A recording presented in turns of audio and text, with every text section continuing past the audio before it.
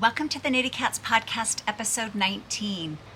Look where we are. We're back outside. It has been a long time. I think my last outside episode was my September one, which is kind of when my life went crazy, and I have to apologize for that episode anyway. But anyway, welcome to the Knitty Cats podcast. If you are joining us for the first time, we're so happy you did. And if you're a returning viewer, it's so nice to see you again. I miss you guys. It's the weirdest thing.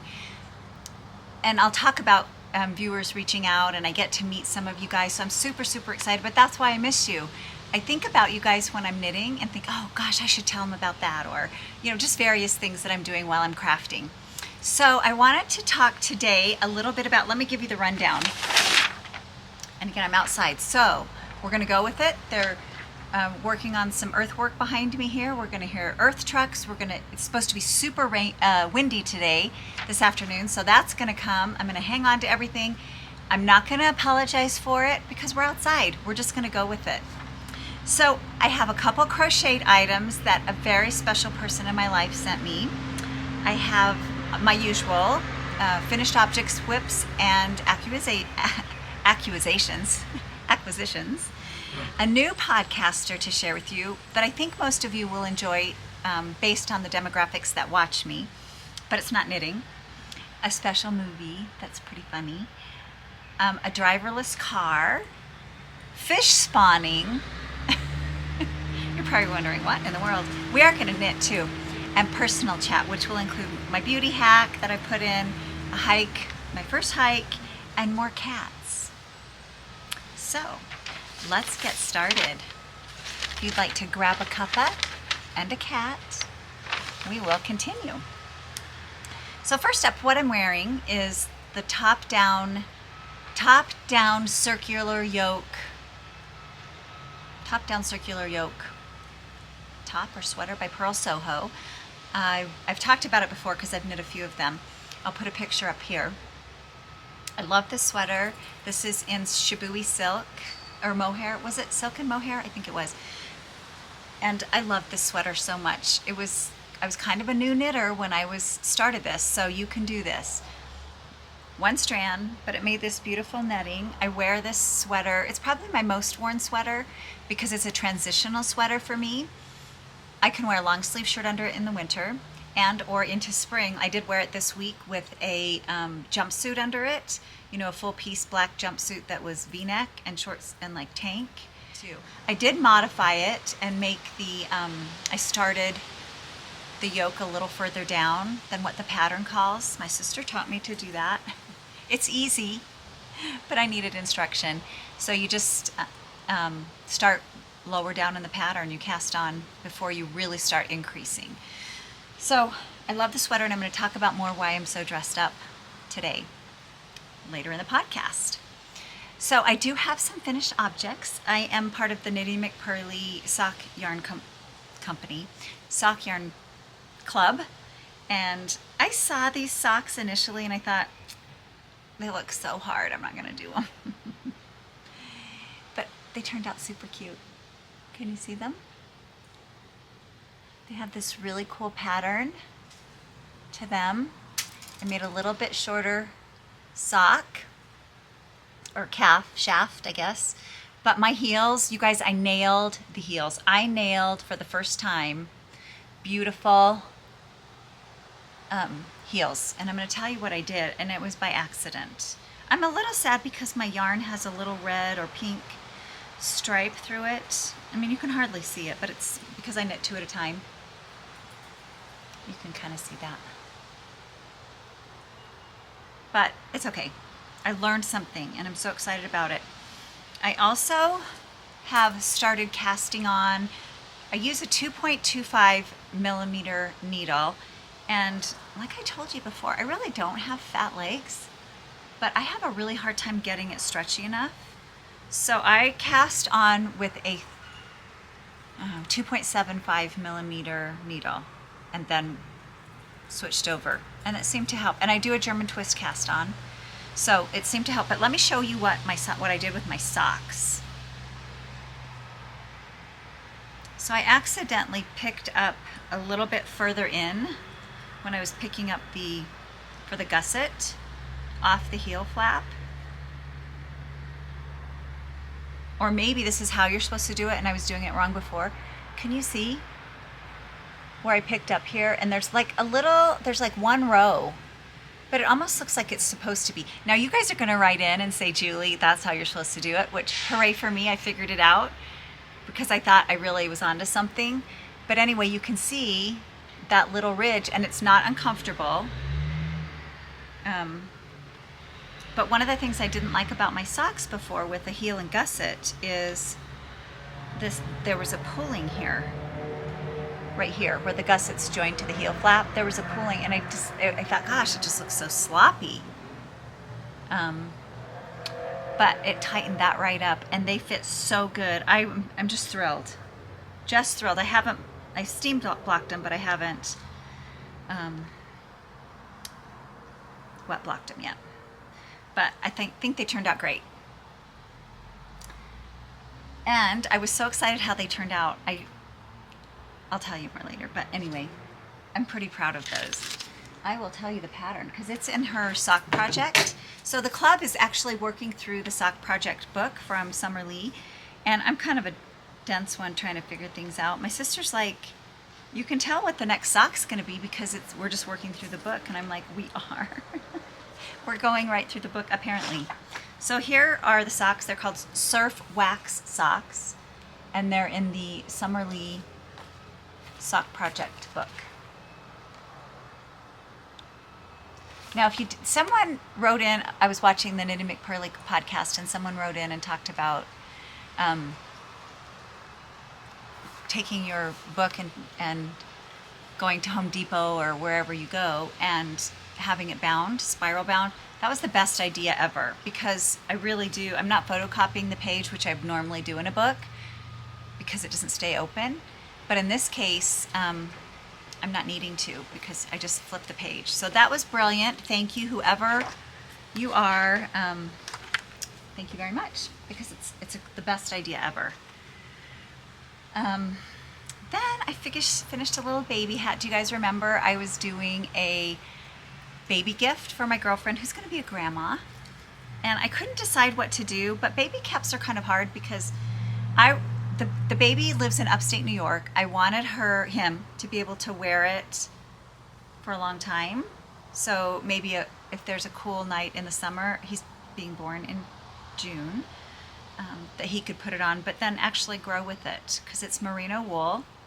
And so I decided I needed a ribbed hat. Look how cute and little this is. So because it's ribbed and is kind of long, he'll be able to wear it for a long time. And the nice thing about a long hat is that you can double it over and cover their little ears. And this is called the Ginsta baby cap. So in Norway, I'm sure it's Norwegian. Maybe not. Norda Crafts, so Norwegian. Here's the picture, and I will put up the link and everything to this. But here's this little baby. Isn't he cute? And so I thought he looks pretty young. It says anywhere from newborn to 12 months. So that's the advantage of a ribbed hat. It was a 1x1, and I used 2.5 millimeter needles, and I used a baby yarn. But it's honestly the cutest thing. Apparently, when did she say they're coming? I think they're coming in August, so I will get to meet the baby. But I'm sending it with his grandmother because she's going out there, and get a little outfit to go with it. I'll buy a little outfit to go with it and put the little baby hat in there. So that's my first baby hat ever. I've not done a lot of baby knitting because I haven't had a lot of babies in my life since I started knitting. It would have been fun to do it for my own kids, but my sister knit for my kids. And I feel so bad. It's not like I didn't take care of them, but unless you're a knitter, you have no idea how much it takes, how much effort it takes, how much money it takes. You just have no idea. So yay to all the crafters who give away their crafts as gifts, and yay to all the people who get them and appreciate them. Let's see, what else did I finish? Oh, the hot water bottle. Do you guys remember I talked about the hot water bottle? So here was my hot water bottle cover that I made. and it's the easy hot water bottle cover. I'll link it again.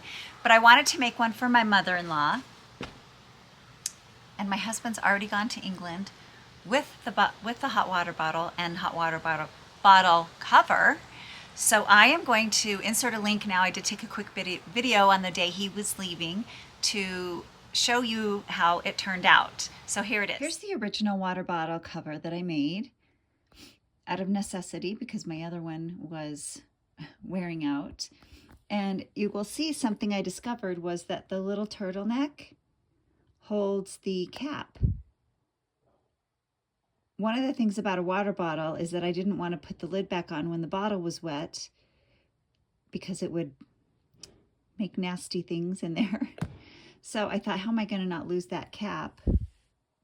And that's my answer. So I let the cap stay in that little turtleneck. Here is the new water bottle I made for my mother-in-law. I ordered a water bottle for her, and it's a little bit bigger than the other one, but I still did the cast on 60, and I didn't do it quite as tight, and it turned out great. Here's the little pearl button that I put on at the bottom to keep it attached. And again, I didn't have to do a water bottle or a buttonhole. I just went right through the, can't do it with one hand. Can't get it undone. I just went right through the purl stitch and it worked great. But that's her water bottle. So the yarn I referred to in there was the yarn or Style Craft DK yarn, and I held 2 double. If you followed me, I believe it was episode 2 or probably episode 2, I talked about the Attic 24 crochet blankets, and I had so much left over. So it was such a great use to have yarn that I could go in and just make something fun out of. You could be so creative with the colors. So if you have any of those, or if you live in the UK, or if you just want to order it on Wool Warehouse, you can. It's very inexpensive, and I have to say it's the nicest acrylic I've ever worked with. I've washed my blankets and dried them. Woo! Things are gonna fall over.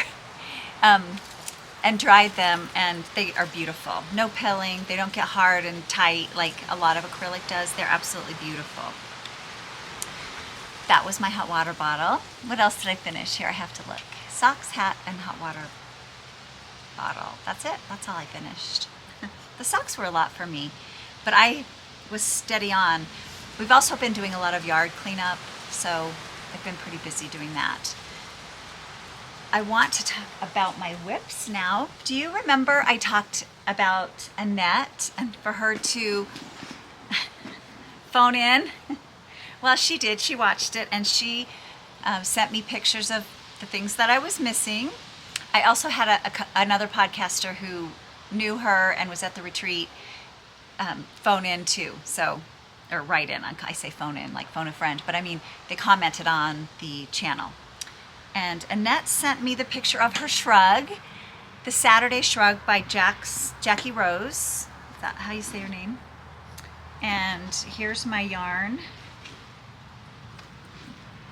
But first I should put a picture up of Annette. So let me put a picture up of Annette and her shrug. And here's the yarn we're using. These two, this is a worsted and a mohair, and these are yarns by Knitty McPurley. This is Bosque. This is Black Forest Cake. It's funny how different the yarn took on the silk mohair, isn't it? They're the same color. They're beautiful. But here they are together. And here's my shrug. I guess it starts like this. And I had never done an Italian cast on. Oh, it's coming. An Italian cast on. Tubular cast on. And I thought, you know what? Most of the time when I'm there, ready to cast on it, and I have to learn something new, I don't know how you guys are, but I'm just like, no, I'm just gonna cast on. And this time I thought, you know what? Learn something new. So I am learning something new. And it was a little bit tricky. I had to practice. Now it makes sense to me, and there are some great YouTube videos out there, but it is a really beautiful rolled cast on. I don't know if you can see how it's, and look how stretchy it is. So this is the part that's going to go up, that has to stretch and go over your shoulder. And it will. Look at that. But it's a pretty cast on. I think it's really, really pretty. So I already have yarn in my head about making another one. If you want to go on to Jackie Rose's, oh no, it's Caddy Jacks. Caddy Jacks. So search on Ravelry, or I'll put a link up, the Saturday Shrug, and go into the projects. You guys, there are the coolest, most beautiful projects. People were so creative. And speaking of Ravelry, let me bring something up. I deleted the Knitty Cats Ravelry page because it was hard for me to have two, and I wasn't posting anything. So now my new Knitty Cats name for the channel is the Knitty Cats Rav for Ravelry, the Knitty Cats Rav, and I'll put that up. And on there I will put bundles. So rather, and a couple podcasters do that. I know Young Folks Knits does. A Lovely Yarn does that, and it's really helpful, and it's easier for the podcaster to put everything in a bundle. So you go on the Ravelry account and you just look for bundles, and everything that was on the podcast is on that bundle. I think it's brilliant. I will get that up this time. I'm not going to go back and do the previous ones because I only had done a couple, but all the other links still work on my other podcasts. But anyway, that was an opportunity to bring that up. So thank you, Annette, for sending me the pictures. I'm going to share a little bit more about Annette later. But it made me think about what a cool community we have. I had talked about Allison. Remember Allison? I talked about her in the podcast right after the knitting retreat, how I loved meeting her, and she reminded me of my Auntie Liz. And she's from Texas and has the best accent and just so beautiful. And I didn't have a picture of her. Well, I have a picture of Annette, or not Annette, excuse me, of Allison. So here's Allison, and you can see she's just lovely. I think she's so sweet, and I'm glad she's my knitting friend. I'm also going to meet another podcaster that's coming to my area, and she reached out to me. So we're going to meet at a yarn shop just for a quick hello. And I'll put pictures up of her, and I'll share them on the next podcast. But you guys, it's so cool for me that if you're coming to the area, and if I can make it, I want to come say hello. I'll have a little something for you, hopefully by then, that I'm putting together. So I do want to meet you. So thank you for reaching out. I'm so glad I get to meet you. And I also had another podcaster named Ellen who's going to Norway. She's going to Bergen and Oslo, and reached out for instruction on where to go on the shops that I liked to go to in those two cities. So thank you. And Ellen, you're going to have a most amazing time. I will send you links to, or not links, but suggestions of the best cardamom buns and the best coffee shops, because that was our goal, is cardamom buns. So we found them. I think we found them. We were three very critical people, my husband, my son, and I, and we bought so many buns, and we have the best ones for you. Another subscriber reached out, but do you remember how frustrated I was about my camera? Well, I don't know that it was my camera. It was that when I switched over, after my disastrous upload of my Norway trip video in September, I thought, oh my gosh, I can't do this anymore. It's too much time, and then it doesn't work. So I decided to switch to iMovie, and that is so much easier to edit. And I thought, I'm going forward. This is great. But when I made that switch, I didn't know very much about the uploading, and this is all technical and way over my head, but I wasn't uploading in HD or high definition. And so thank you very much for commenting that that's what was wrong with my video. I thought my husband had jacked with my camera. I was blaming him, but it wasn't him. It was, I wasn't uploading right. Of course it was my fault, not his. But thank you, and I'm so ready. I hope this is nice and clear, and you can see all the beautiful everything. You can see the beautiful ranunculus flowers. I don't know if you follow me on Instagram, but I have these flowers. When I saw them I actually saw them at Walmart. There were two of them. Can you see them? I don't know that I can lift that. But I'll put a picture up of them too. I thought those are the most beautiful flowers. They kind of looked like a dahlia. And I thought, what are they? And they're ranunculus. and I was blown away. So I bought one for myself, one for my sister. They only had two. They are an annual, but I'm gonna try and save the seeds. I don't know if you can see this, but right here is the cone with the seeds around it. So I've already saved 3 that as they are dying, I'm gonna deadhead them, and I'm saving them and I'm gonna have seeds. So guess who's gonna try ranunculus indoors next year? Probably I'll plant them in January, end of February, because then they'll be ready to plant outside. So that's pretty exciting. I love them. What else do I have? Oh, you guys, I want to talk about spinning. And this is another knitting friend, Sharon. Sharon, who I met at the retreat, encouraged me to get a woolly winder. Now, a woolly winder is something that holds your bobbin, but helps you spin faster, because if you're knitting, you have all these hooks and you have to keep moving it as the further you go. Well, the woolly winder does that itself and loads it right on the bobbin. Well, I finally ordered one, and it's been a little bit of a debacle. So I got it. I was so excited. Ordered a couple more bobbins from the place that she told me to get them. And then I'm all ready to put it together, and I didn't have a piece for I had to apparently buy another piece for my spinning wheel. So I did that, ordered that. It said it was delivered, but it wasn't in my mailbox. So then I left a little note for the mail carrier. I'm missing this package, and he or she, I don't know, was so apologetic, and they had forgotten to put it in the right box or give me the key or something. But anyway, it was at my door next morning,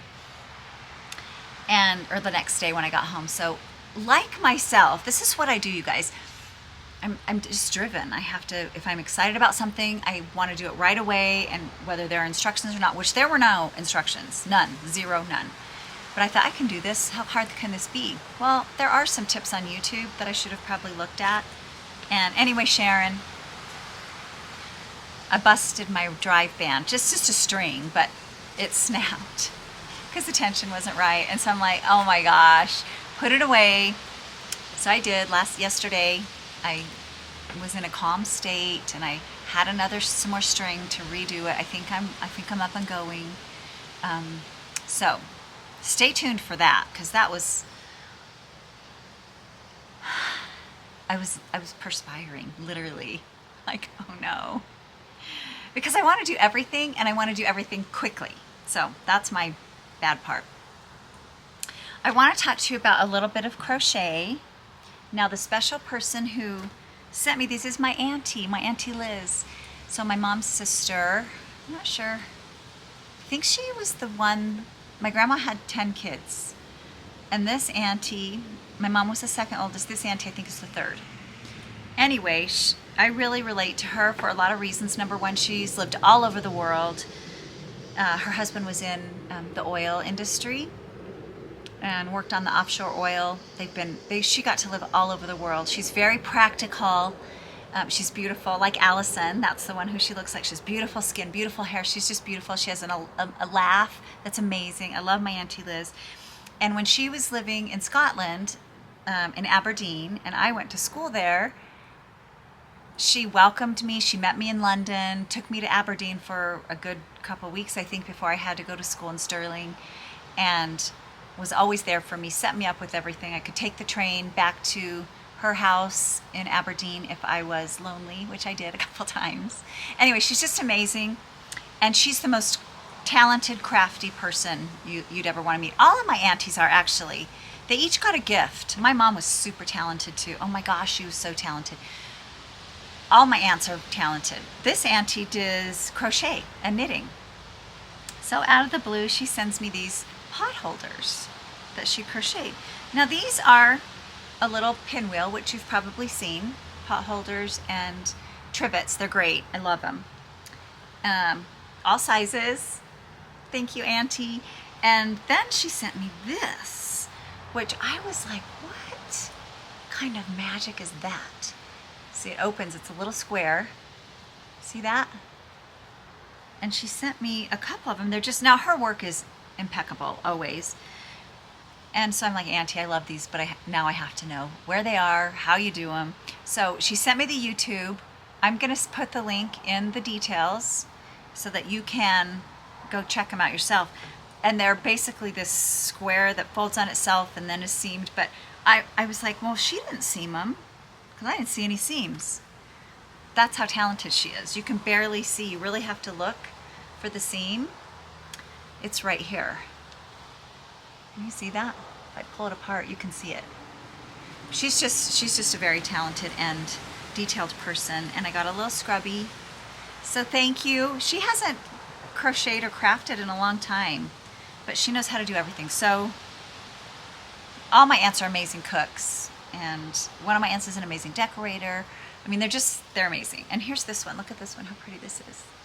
I actually really love this one. This one was in the last batch of gifts I got. And I thought, if you haven't crocheted before, this might be something that you can do that's not a big and time-consuming something. I'm certainly going to do it. And they're beautiful. So I packed up a nice little package of my cotton. She just said she uses that, what's it called, that cotton? It's out there. I can't think of what it is. Peaches and cream.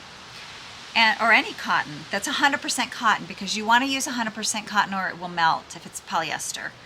But these are great. So I'm going to put that up. If you want to learn how to crochet, this would be a really easy one to do, I would think. I don't know, I haven't tried it. These are easy. These I haven't tried yet, but I'm sure they're not too time consuming that you could figure out. And YouTube videos are great. So thank you, Auntie. I love them. Okay, next up I'm going to talk about my whips. It's looking dark that way, towards the mountains, and it moves this way, so I better get a move on. So I was so excited about my last socks that I thought I first wasn't gonna do the May sock, because I'm gonna show you the yarn that we got. And in true form, the cutest little stitch marker to match it. And I love her sock yarn. It is so nice. Oh, you guys, I haven't even opened it. Let me see. And the sock we're making, let me show you the sock we're making, is the Trompe Le Monde socks. Le Monde socks. So you can see, this looked kind of complicated to me. And I thought, I'm not sure I'm in for the stripes again. I hated tucking in the stripes, and I do 2 at a time, so it was a little bit complicated and wonky, and I didn't love those striped socks doing them. It wasn't enjoyable for me. So I thought, what am I going to do? I'm just not going to do them. And I love her sock yarn, but I just thought, I'm not sure I won't wear green socks. I just won't. I only have 2 days off a week. Most of the year, or a good part of the year, is whether I wouldn't wear socks. Okay, not part of it, a third of it. And the number of socks I'm knitting, I would really need to want to wear these socks, because I have more socks knit than I could wear in a year now. But I'm learning things. Some of them, after finally mastering that heel, I may not even wear ever again. My sister's socks are amazing. Her socks fit me to a T. All patterns, everything that she does fits me. So I want to get maybe to that caliber of sock knitting. Anyway, here is the May 2025 sock yarn. One is a speckle, and one's a solid. And I love, you know me and green, I love green. I don't know when I'd wear green socks. I just wouldn't. So I thought, you know what, I'm gonna pass. I'll use this in color work or something else, because I love the yarn. But I don't think I wouldn't wear them, so I'm not gonna put the time in. I'm just gonna do other things. And then I told my sister that. I said, I'm not gonna do it. And she said, I wanna learn something new. And I thought, oh gosh, okay, I'm gonna do it. But what I did is I went through my sock yarn and picked colors that I would wear. So this is what I came up with. Are they just the cutest socks? They are the cutest color. And it's easy, it's a slip stitch pattern. The other thing that this sock does is, and she told you to do this in the beginning, Summer Lee did, when you're using alternating stripes. Now this is only four rows of a color. She has a way that you carry up the yarn, and that's in her book. So if you haven't gotten the book, get the book, because she teaches you how to do that. And I just kept, every time I turned or changed, I made sure that I was pulling that so that it wasn't going to have this really tight little seam. And these I actually cast on with a 3mm, and those are going to be plenty wide, which is going to allow me to make a little bit wider shaft. Actually, I meant to check if this is any wider or longer. Sorry, not really. It's going to be the same. Okay, well that's okay. I love them. I love them so much. I picked 2 skeins that I had. My sister had given me these Mandy's hand-dyed sock yarn, and they were 250 gram, oh goodness sake, slow down. 2 50-gram skeins. And one was with one. I think this one must have been with this one, and this one must have been with this one. I'm pretty sure that's how it was. But I really wanted that effect of a monochrome light and dark. So that's what I chose. And you guys, I'm so in love. But the other thing that I did, which was a game changer actually for these socks, was I went and started using the Chai Gu needle. I had before been using my Knitter's Pride, and I'd use those for a long time because I tended to poke my fingers with these. I don't know what changed, but I'm not poking my finger anymore, and my sister uses these, so I thought I'm gonna do it. I already had one, which is crazy, and then I went and bought another one, which is even crazier, because I didn't think I had one, but I did. So now I have 2, so that's okay. I can knit 2 pairs of socks at the same time. On these, what I did though, it was a little bit crazy because I actually was working with 4 balls, and that was too much for me. So I separated them, and I've been doing these on double point, which I've never done before. I've never done double point needle socks. I love it. It was so fast, so easy, much easier than me working 2 at a time with 4 balls of yarn. I was unwinding and untangling every time I changed the color. So I thought, this is going to take me a long time. And then I tried the 9-inch. I can't use a little 9-inch to do socks. I know people do. My hands cramp. I can't do it. So I thought, I went to the double points, and I went to My Sister Knits and bought some double point Chai Gus. So I'm really happy with them. It's going super fast now that I did that, which I thought double points would take longer, but they actually don't. Not for me anyway. It was pretty quick. And I think I'm just getting more experienced in a sock knitter. I've never really enjoyed knitting socks. I was very hesitant to join this club, but my sister did, so. And I have FOMO. I don't want to miss out. So we signed up, and I'm really, really glad I did. I'm excited for the next one, which, if we are indeed going with through the book, which that's what the boss said, my sister. Next up are the Soma socks, and those have a little cable,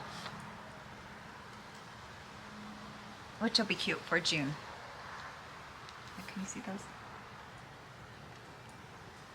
But this is a good book, and you know what? I can honestly say I've never knit out of a book before. I get them to kind of look at like cookbooks. I look at them for inspiration, but I'm not. I think I've knit my Norwegian mitts are the only thing I've ever knit out of a book. So that was good. Kind of feeling accomplished. So the next thing I'm doing is I ripped out the Mia Summer Tea. I don't know if you guys remember, I had this Barocco Spree yarn that is cotton and linen. No, cotton and wool. It's a DK. Seems like. It's kind of between a DK and a sport. But you know what? I didn't like, my shirt was like, see this gapping here? That's what was happening to mine. And I thought, you know what? I'm just going to rip it out. I'm ripping it out. I loved the sleeve detail. I liked how the sleeve here had that different pattern. It was still classic, but it was just too heavy. Okay, can't do it. So I ripped that out. And then I started to watch a podcaster that I'm going to share with you. And it's called Midlife Posh Closet. And I thought, you know what? I watch her. I've watched probably like 10 videos. I put them on in the morning while I'm getting dressed. And I like her because she's over 50. And most of my people who watch are female over 50. And my philosophy on knitting is that I have to be able to wear what I'm knitting, right? Or it's not worth me doing it.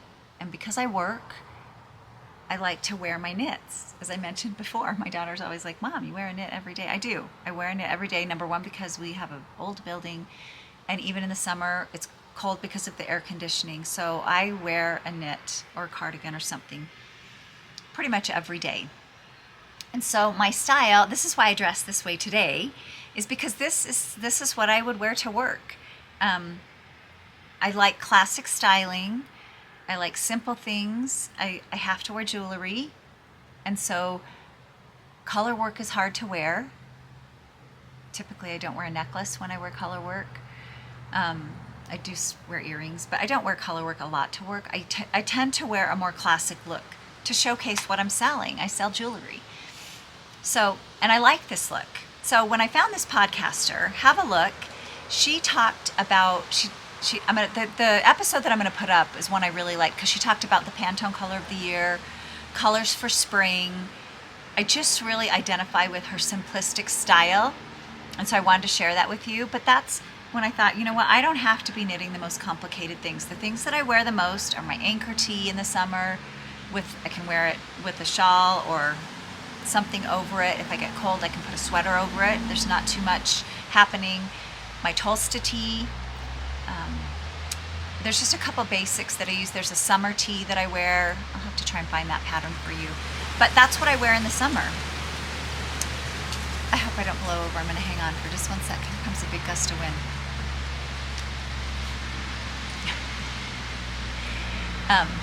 So that's I want to share that with you.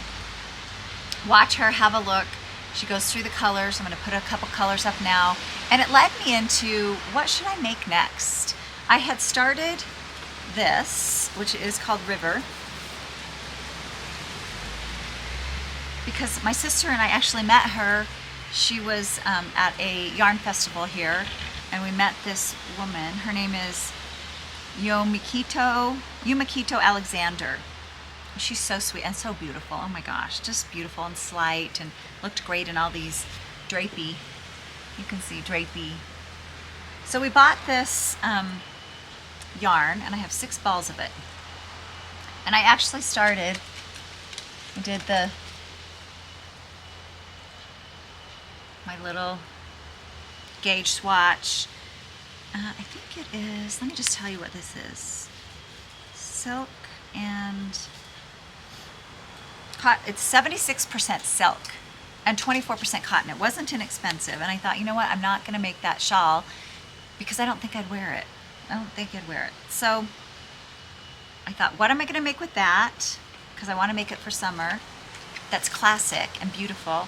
And what am I going to make with this? Because I'm determined to make this. So I came up with some ideas. And I'm going to put them up now. So one of them is the Audrey top, the Audrey sweater by Devin Bentry, who's Knitty McPurley. One of my all-time favorite sweaters.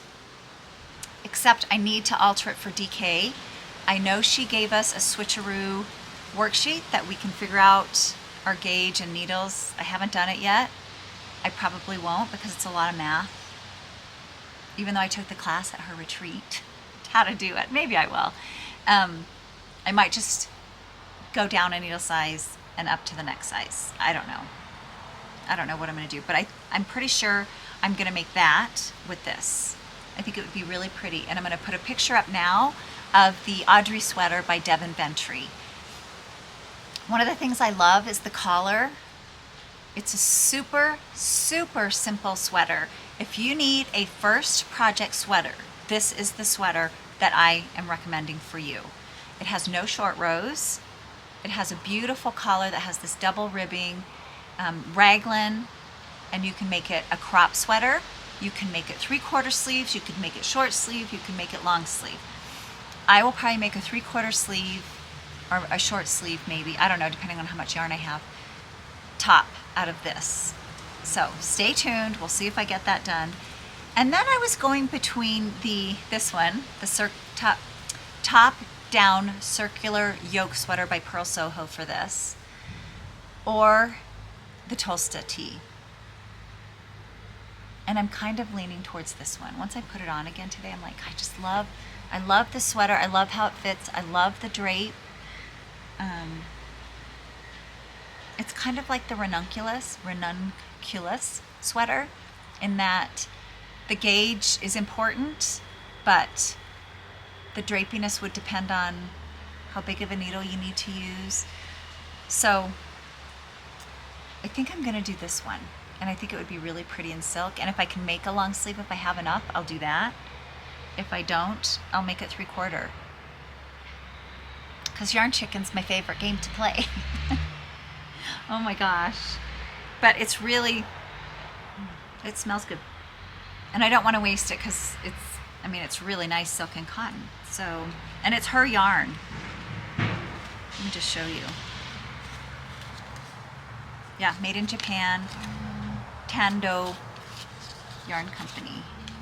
And I don't know if it's her yarn company, but it's really pretty. It's kind of a denim-y gray blue. It's called gray, and I guess it is more gray. Yeah, definitely gray, but it has kind of a hint of denim. But it will be pretty under jackets, if I need to wear a jacket, like for work, or if I want to wear white linen pants with it to a barbecue. Who am I kidding? I don't go anywhere. I go to work and I go to home. But if I get invited to a barbecue and I have to go, can wear that with some white linen pants, and it would be really beautiful. Really pretty necklace. So that's, I think, what I'm going to do with that.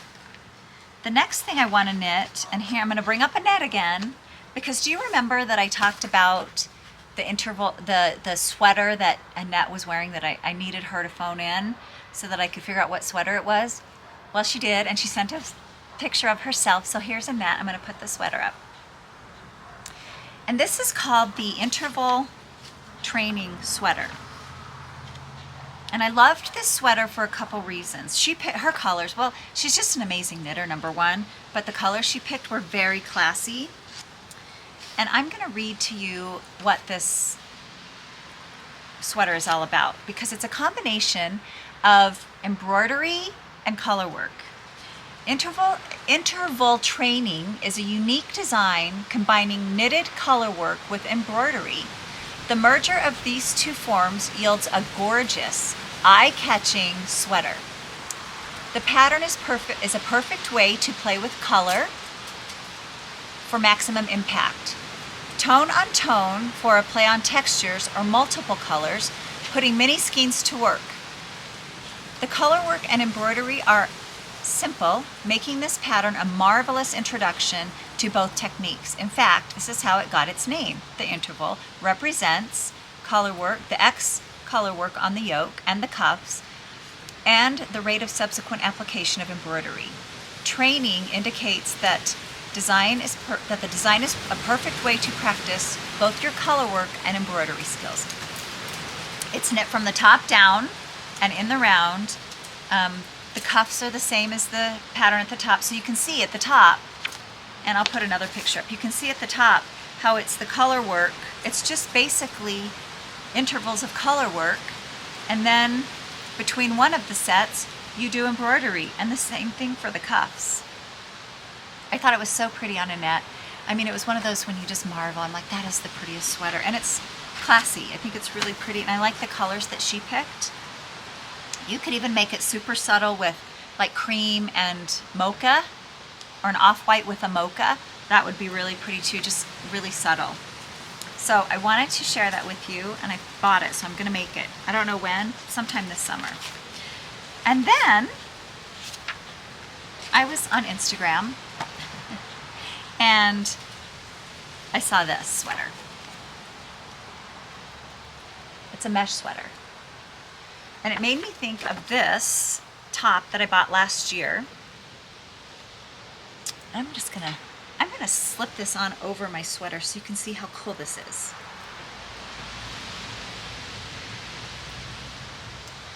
Because when I saw it, I thought, oh god, that looks like a big something, I don't know. Now I typically wear this with a white top. So pretend this is a white top. You could wear short sleeve. But like you think I wear everything with white linen pants? I don't, but I think of that. That's what I think of. So anyway, it's like this airy, boxy top that actually, and I wear it with a dress. But it's really pretty with white underneath it, probably a little bit more classy with black underneath it. And it's a ribbon type yarn. It's like a flat, have you seen that? I have some actually. It's a ribbon yarn. I don't know if you can see.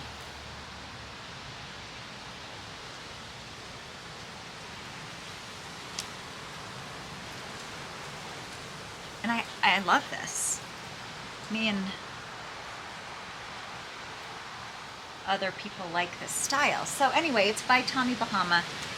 But it made me think, I'm gonna make a crocheted version of that or something like that. So that's when I found this, because I made this last summer, this little crocheted vest that was so easy. I wore that in one of my podcasts last summer. And it was piece, so essentially you made two pieces and then crocheted the sides together, which was so easy. Or did I do that? Yeah, they're sewn together. And this is Drop's Bell, but you can see that seam right there. It was so easy. It was, yeah, crazy easy. And then the bottom ribbing was done sideways because it looks like knitting, but you could at that point knit it, but it's actually you crochet back and forth. It's super cool to look like knitting. Love to wear this, and I wore that quite a bit last summer, so I thought, okay, what can I make? Found that. I'm gonna make that, and I'll put this up too. This was on Etsy. There was a lot of printing on this one, I have to say. But she tells you how, if you'd like to buy this, she tells you how to, she actually goes the step-by-step instructions on how to crochet. So if you want to try a garment, this is the exact same as my vest, only it goes out further. But I think it's the exact same style of pattern. I don't know what to use. Given what I just showed you with the Midlife Posh Closet, and the Pantone colors of the year is Mocha, and she said the spring colors were blue, pink, and yellow. So I have these, I have enough of these to do that sweater, because it doesn't take very much actually. And I'm not sure what to do. I think this one's out. So between these three, have you guys ever had your color done? I want to have my color done. I don't know what my color is. I have no idea. I think I look okay in blue, and I'm not sure I look okay in yellow. I can't tell, but yellow in the summer you'd be okay. Who did that? Amber on A Lovely Hands. She had it done. And it does make a difference. I just need to do it. So anyway, this is my life. Zip! Okay, so these are the three colors that are left. And I'm trying to think how I'd wear it. I'd probably wear it out over a black swing dress. And I think this might be out, might come out a little more casual. So between these two colors, not sure. You can vote. The verdict will be in by the next podcast. We'll see what I did, but you can vote. So I and I also have been seeing, like this I saw on an advertisement for The Loft, which if you are not from America, it's a clothing company in America, and I think mesh is in. So I pulled out the sweaters I have. I have this orange one, which is a mesh, cotton, which I've already worn once this year. I have this one, which I love. And there's actually a Rowan pattern, very similar to this, because I thought some of you may not want to crochet. Some of you might want to knit a mesh sweater or top. And so I wanted to pull out some that are knit. This is knit. I love this one. And I love this blush color. Super cute. Long sleeves. Love that. I love this cable-y one, which looks a little like the locked one. And this has some lace eyelet sleeves. This is so cute. And that is yellow, isn't it? Is that yellow? No, this is beige. Oh gosh. Yeah, that's kind of beige. And then, of course, the Corin cardigan that I made.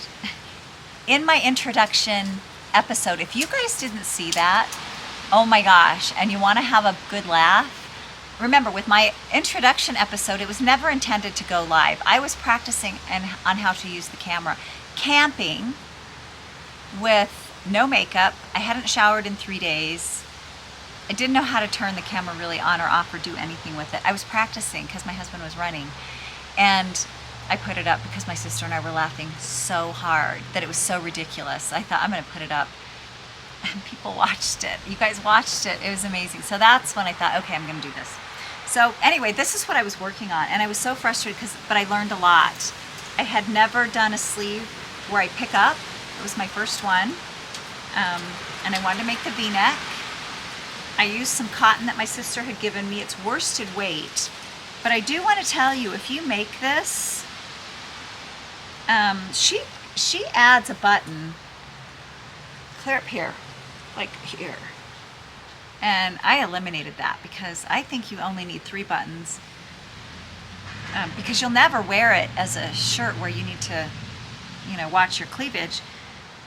And I thought even in her pictures, it kind of is just up here by itself. That happened to me with the April cardigan too. I don't know why there's such a high up button and buttonhole. This one I caught and didn't put on, the April cardigan. I just have a kind of a semi noticeable hole, but I took the button off because it looked silly. But this is pretty. This is kind of a vanilla. I love this. There are a couple mistakes on it, but I learned so much. I was able to use some really old buttons that I had, which I liked doing that. So I love that. So I thought you guys might want some ideas for a mesh top. So I found some. Obviously the Corin cardigan, and that's made, you can do a V-neck or a straight up. I wanted the V-neck. I like V-necks. So one of my first ones was another top by Yumiko Alexander, and it's called the Horizon. This is in worsted weight, and I will put a picture of that up right now. She only uses 560 to 700 yards of worsted weight. This is going to go quick. That will go quick. The next one was the Fresca top by Rui Yamamiro. And this is like a little tank. You know how I feel about my arms. So I would never wear this. But it's cute if you have good arms. Oh, you guys, someone's really sweet. I was body shaming myself on the last one. Not body shaming myself. I'm not having a love affair with my arms, and my body's just changing. I understand. I'm embracing it, but I'll wear a mesh over my arms until I'm working on it. I promise. You guys, we could have a serious storm. It's dark and it's gonna rain, so I'm gonna try and hurry. The Uvicia top, this is cute. Little cap sleeve, fingering weight top. Love that. The cropped boxy tee. I thought this was cute, but it's just a free one. Worsted weight, bottom up, attached sleeves. But this being worsted weight would go really quickly. It's cropped boxy tee by Quail Studio. And this is my favorite one. It's the Halcyon lace sweater. This is by Julia Pero, and I love this. I think this is so pretty. It's on DK 6mm needle. It won't take you a long time, and it's the same pattern all the way through. I love this sweater. And also here is the short tee version. So if you don't want to do long tee, then that's a good one. So those are my suggestions for you. I'll go quickly to acquisitions.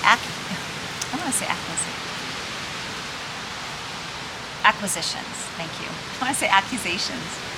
I watched a podcaster, and I'm so sorry, I can't think of her name. She's from England, and she talked about this really nice sock yarn that she buys from Yarnsmiths. And I thought, Julie, you don't need sock yarn, you don't need yarn. I'm really, really trying to not buy yarn. But I like Wool Warehouse. And so I bought this. I bought 2 of these, which is called Thistle. And it's kind of has purple, blue, green. I loved this. I like Thistle because my husband would say that when we first got married. He's like, you're kind of prickly like a thistle. He called me Thistle. And I'm like, okay, I get it. And I got this to do maybe a contrasting cuff or toe or heel. And then I gave one of these to my sister. I bought her one, gave it to her for Easter. And then I bought 2 of these to do my husband a pair of socks. Because I think he'll take 2. And then probably would have been enough if I did a heel out of these. But I would like to make just a nice pair of gray socks for myself. No pattern, just vanilla socks in a color that I would wear every single day off. And these, I believe, are superwash. I don't know, I'm gonna have to look that up. It doesn't say. I think I'm gonna get carried away into Kansas here soon. Oh, it is superwash. It does say superwash, it's right there. So that's good too. So that I got, not very much, my sock club, and I just thought I'd go check out Joann's. You know they're closing. And I thought, I went in there thinking there's not going to be anything. This is when it was still 40% off. It's now 50. And I thought I wanted to make that butterfly blanket by Leslie Friend. You guys seen that? It's kind of all out there. It's just the cutest blanket. And I really like this big twist yarn, and she talked about it all the time. I'm kind of excited to see what she's going to use as a substitute now that Big Twist is no longer there. It was the store brand of Joann. So I got gray. I have this really pretty coral, pinky coral. If I ever, maybe I'll get a girl in my next life. My kids. I bought this mint green. I think that's pretty. And vanilla. And I bought this denim. Oh wait, no, I got this in just the Pound of Love. So I thought this was pretty. And I got this blue. So it's a lot, I know, it's a lot. But each one of these balls was like $2.20. So I didn't spend a lot. I just didn't need to have to find room for all this.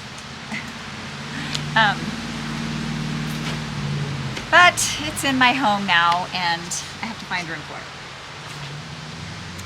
Did I talk about everything? I think I did. Oh, my little list blew away, so I hope I remember everything I'm supposed to talk about. That's the knitting portion of the Knitty Cats podcast number 19. Thank you guys for tuning in. I wanted to mention one thing the Wool Festival. I have to talk about the Wool Festival, but I wanted to talk about the people that watch me. Thank you so much. I looked at my,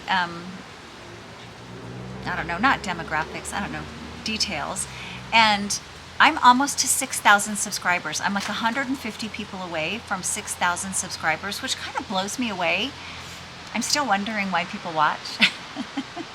But I'm having so much fun, and I've met so many good people. This is so worth my time. So I would love to get to 6,000, and I don't like to ask for things, but if you are watching and you haven't subscribed, will you please do that? I will have a giveaway at 6,000. I will probably do 5 smaller prizes, and like small, and that I can mail, and also a big prize, because I'm really grateful. So if you haven't liked and subscribed, please do that. It helps get my podcast out there. I don't usually ask for things, but it'd be great if you're a subscriber. If you're not a subscriber, if you would do so. And then I wanted to talk really quick about the Wool Festival. I will be at the Estes Park Wool Festival, and I kind of want to arrange a time now in case you don't follow me on Instagram, but I'm going to be posting on Instagram when I will be there. And I'm thinking noon on the Saturday, and I'm trying to find a meeting place, but I've never been on a Saturday. I've always gone Sunday, but Saturday I heard is a zoo. So if you walk in, it's this big building. Walk in, go down the stairs, and go clear to the other side of the building. So opposite of the entry. They usually open it up, and then you enter out into the courtyard where the food is, and then the sheep. So right by that big garage door, that's kind of where I'll be at noon. And I'll have a little treat for anyone who wants to come and say hello. We'll take a couple pictures. I'll be fresh from camping, so no expectation. But anyway, that is June 6th. No, 7th. It's the 7th, the Saturday of June. I'll be camping nearby, and I'm going to pop down for that, and I'll be excited to meet you. All right, that's all the knitting and news. So if you want to stay around for a little chat, I will fill you in on other things. Thanks for watching. Okay, so I want to tell you a little bit about what I saw on my walk the other day around the reservoir. I'm going to put a video up, and it's the fish spawning. I don't know if you're interested. I think these things are super cool. I've never seen them in this area of the lake, so I'm going to put the video up now and let you enjoy it. So I came out to the reservoir that I walk around. You can see this reservoir. It's filling up with water. And I came to get this bucket, which is just trash. I was going to try and fish it out. And as I got closer, I could see the fish spawning. Can you see that?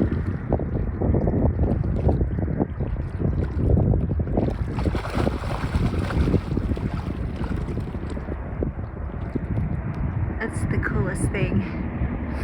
Now, later in the spring, I'll take you to a little area of the reservoir on my kayak. There are so many fish spawning, they hit your boat. It's the craziest sound, but they must know that I'm here now because they're gone. But I'm going to try and dig this out. So I did get the bucket, and then I was pulling the bucket in. I had this huge long stick. I grabbed the bucket, and in the bucket was a tadpole that was like this. He was mostly frog. And if you hear around here at night, sounds like crazy frog noises, like they're all mating. And anyway, this one was the result of all that noise. And it was the cutest thing, but he was in my bucket, and so I pushed him back into the lake, and that was cool. And this is what my shoes look like going out there. There's so many thistles. I came home and had to pull them off with pliers. So that was kind of fun, but I thought that was cool. I don't know if you guys have ever seen fish spawning, but it is a cool occurrence to witness. The next thing is I want to tell you about my driverless car. When my sister and I went to Phoenix, we took a driverless car to the airport. We saw them all over Phoenix. There's a couple towns that they're in. Phoenix, San Francisco, Los Angeles, Houston, maybe another one, or I can't remember. There's like 4 cities. And they're literally cars that are driven with no driver. You download the app and you reserve the car. It tells you where it's going to meet you at what time. You walk up to it. There are these white cars. It has your initials on the top, and so you know which one it is. You hit the app, the little button on your app, and the car unlocks and you get in. It welcomes you. You've preset what music you want to listen to, and it takes you away. They can't go on the highway. It was the coolest experience. So here's my video of the driverless car. So we are downtown Phoenix, and we are in the driverless car. We're gonna start our ride on the way to the airport. Hello, from Waymo. Oh my gosh. Just give us 1 Oh my minute to gosh. cover a few riding tips. This experience Look at that. may feel futuristic, but the need to buckle up is the same as always. So keep your seatbelt fastened, please. If you're traveling with little ones or expecting, please see the seatback card for more information. We'll do all the driving, so please don't touch the steering wheel or pedals during your ride. We may use interior cameras to check on riders, improve our products, and more. But our microphones are only on when you're connected to rider support. So sing your heart out.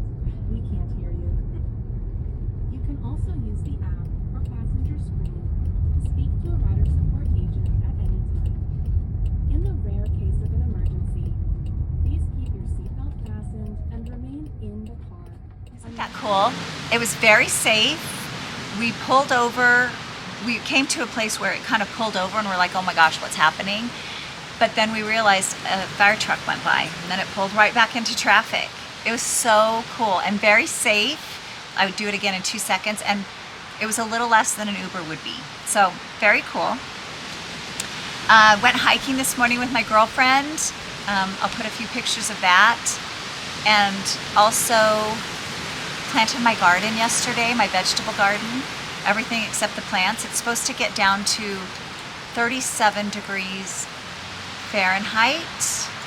I don't know what that is Celsius, but 4 degrees, or how, let's see, 37, yeah. 5 degrees above freezing here. So I didn't put any tomato plants out. Sometimes you can this time of year, and sometimes you can't. Right now, you can't. So I didn't put any out. But everything else is planted. I have a couple squash that are in a plant that people have given me, and I have my loofah. I'm going to plant loofah again. Loofah gourds that you actually can make the scrubber with. So stay tuned for that. It's kind of fun. What else is going to go out later? I think that's it. Everything's planted. I have a couple flower pots that are planted that I'll bring in on Thursday. I think that's it. So that was kind of fun for me, just really enjoying being back in my house. We have been trying to reclaim the garden. It was really neglected last year, and if we don't keep up on it, it's a mess, and it was a mess. So we've been working really hard. My husband is in England right now visiting his mom. I have a treat that I ordered and had it sent to his mom's house that I'll show in my next podcast. Super excited about that. Super, super excited. I've wanted it for a long time, but didn't want to pay the shipping from England, and so I shipped it to her house, and he's bringing it home. And what else? I'll have tea, hopefully some more tea. My son is coming home just for a few hours, and then he's going to China. He got a scholarship. He's an engineering student at CU Boulder. He got a scholarship with that department. They're paying for 3 weeks to study at a university there. Really proud of him. He's doing a week before and a week after to travel. Kind of nervous about that. Wish we were having better relations with China right now because I'm sending my son. But you have to let them spread their wings, right? So I'm excited to let him go and do that. What else is happening? I think that's it. What else did I tell you on my list? My list flew away. Let me see if I can find it. It flew away. Did you see it fly? Let's see. Oh, my beauty hack. Oh my gosh, and the movie. I'm glad I did that. The movie, I was sitting watching Hallmark. I watch it on Amazon, I think, but I was watching it and this movie came up, so it's a must watch. I'll put the link in. Isn't that funny? I thought, is this right? That's awesome. And okay, so my beauty hack this time is perfume oil. Let's see. It's the Oil Perfumery. And this is was told to us by a former colleague of ours, and you can go on this oilperfumery.com, and you just type in what scents you like, or if you have a perfume that you like. For instance, we have one of our designers that wears this perfume, this Estee Lauder perfume that I just love, and I wanted a little purse bottle of the smell. It's tuberose tuberose and gardenia, and it smells so good. Tuberose is one of my very favorite scents. And so they had it, and it smells just like it. And then my other favorite is mimosa and cardamom. It's a scent by Tom Ford, mimosa and cardamom, and it is delicious. So I have two of those. I have this one. I have another one that one of my colleagues gave me, Anne, and I have to find that and tell you what that is. But super good. They're like $15 to $20. They come really quick. They're made in France. Anyway, I love them. I love to stick them in my purse because it's a nice little scent up. That's my beauty hack. How's the castor oil? You guys have written in about the castor oil. I'm so glad that you like it. One of my besties uses it, Sue, and I told her about it last May when we were together, and she's like, this works. I'm like, it does. It's amazing. And it's so nice to put natural products on your skin. Things that you would eat if you needed to. I mean, it's that safe. So castor oil is my very favorite discovery. I've been doing it for about 2 years now, and I love it. So I think that's it, you guys. I had fun today. It's so nice to be back. I will be podcasting after the Estes Park Wool Festival. We'll get together. I'll show you the pictures. I hope I get to meet some of you if you're in the area. And find me. I don't know if you know what I look like. I don't know what you look like. You just have to grab me. I'll have a little something for you and say hello. I think that is all. Oh, and I'm so excited to meet my podcaster that's coming to the area. So anyway, happy knitting. Until next time.